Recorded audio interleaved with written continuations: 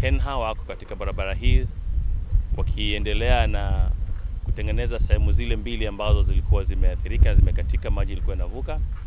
Sasa hivi karibu wanamalizia sehemu ya kwanza ya Mororo ndio waweze kuhamia sehemu ya Konapunda ili kuweza kuziba hiyo sehemu ya barabara, magari yaweze kupita pia. Bado tunataka kuwatahadharisha wananchi kwamba waweze kusikiza ama kuitikia mwito wa maafisa wa usalama ambao katika vivukio hivyo viwili na kufuata taratibu ambayo imewekwa kuhakikisha kwamba usalama wao unadumu. Mobutu said that all the IDPs in the region had been relocated to allow normalcy in the education sector. The commissioner further commended the public for their good conduct during the difficult time. Ile shule zote ambazo zilikuwa kama Yuga Girls na zingine ambazo zilikuwa zina host IDPs tuliwatoa IDPs kufikia siku ya Jumapili. Kwa hivyo shule hizo zilikuwa tayari tulizipeana kwa maafisa wa elimu kuzitayarisha ili watoto waweze kurudi na waendelee na masomo yao. The residents in the region asked constructors to ensure quality work, saying the road was important for facilitating trade in the northern region. Ningeomba hii barabara tafadhali ndio main ya kushikanisha kutoka Nairobi, Mombasa mpaka Mandera mpaka Somalia. Mtutengenezee hii barabara, tusirudi kuteseka kwa hii barabara. Tumeteseka ya kutosha. Kwa hivyo wenye wanaorganize hii barabara muangalie vile tumeteseka na vile watu wako na shida, na hii barabara ndio inatusaidia sisi wote. This comes days after Deputy President Rigathi Gachagua visited the region promising long-term solutions for the flooding crisis in the northern area.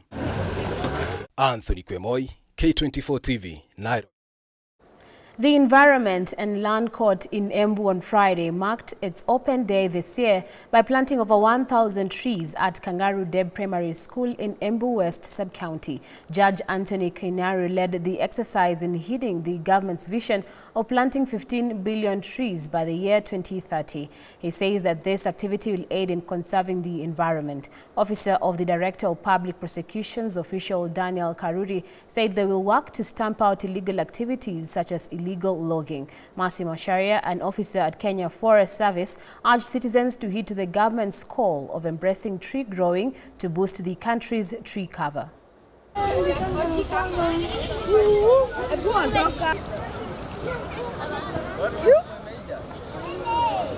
It is so important for us, particularly happening at this time when everybody can see what is happening in this country, particularly concerning the floods that are taking place and other environmental challenges that we are facing, particularly climate change, and all because we have not been paying the kind of keen interest that we should give to our environment. I'm happy today to be joining the judiciary in planting of trees. The trees play a very critical role in our country in preserving the soil. They also purify the air, and also issues to do with climate change. We are here to ensure that our environment is conserved by planting at least 1,000 trees, and we ensure that any offender who cuts trees or transports charcoal without permits are prosecuted. The government is very serious on conservation of the environment, and you see environment is life. It's rain, good clean air. So I will also encourage everyone, apart from us planting 1,000 trees here today, when we go to our homes, we should also keep on that planting trees for our future generation. Kenya faces a concerning setback in the battle against hypertension, with reports revealing widespread non-adherence to health guidelines aimed at reducing risks associated with the condition. This revelation emerged during World Hypertension Day in Machakos County, where it was disclosed that a significant portion of the population remains unaware of hypertension symptoms. During this year's World Hypertension Day in Machakos County, health experts raised alarm over Kenyans' faltering progress in combating hypertension. Dr. Gladwell Gadesha, head of the Non-Communicable Diseases Division at the Ministry of Health, highlighted that Kenya's hypertension prevalence has risen to 33%, far exceeding the anticipated 18% by 2025 as per the midterm review. We were supposed by 2025 to have the prevalence of hypertension at 18%. We started with a prevalence of 23%. So by next year, 2025-26, we are supposed to have moved to 18%. But when we did a midterm review, tulipoangalia katikati, estimates inatuambia kuwa tuko at 33%. So we are going at the opposite direction, which is worrying. Non-adherence to medication and poor lifestyle habits are major contributors to this concerning trend, according to health officials. Previously, hypertension was for old people. So right now, statistics is showing even younger people below 18 years are getting hypertension due to the risk factors, but other than that, there are other contributory factors like the other diseases, other conditions that can contribute to hypertension. So hypertension is no longer just a disease of the old. We encourage people, particularly those above 18, just go check your blood pressure and utilize any opportunity you are in a hospital to check your blood pressure. It is normal. When you enter a hospital, they check your blood pressure.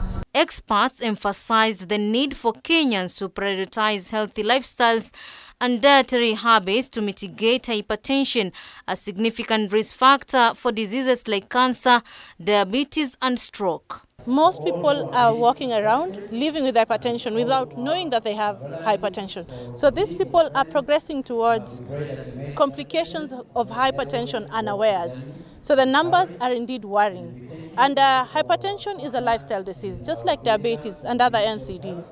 So by lifestyle, I mean the things we do or don't do with regards to what we eat. Looking at the increasing statistics and prevalence of risk factors such as alcohol use, tobacco, physical inactivity, very poor nutrition, we estimate that that number could actually be high. Should we do another step survey? Because that is based on data of a survey that we did in 2015. In response to the rising challenge, Machakos County's Health CECM, Daniel Yumbia, announced plans to distribute hypertension drugs to all level 2 health facilities across the country. Madawa ya blood pressure yasambazwe katika kila hospitali za chini kuanzia level 2.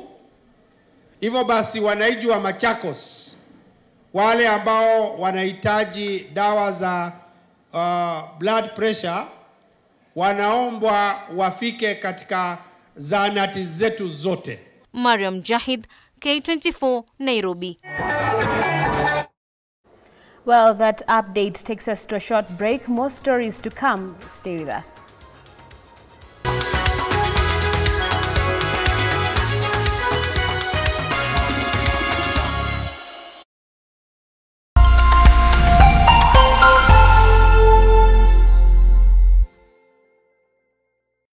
Have you watched K24?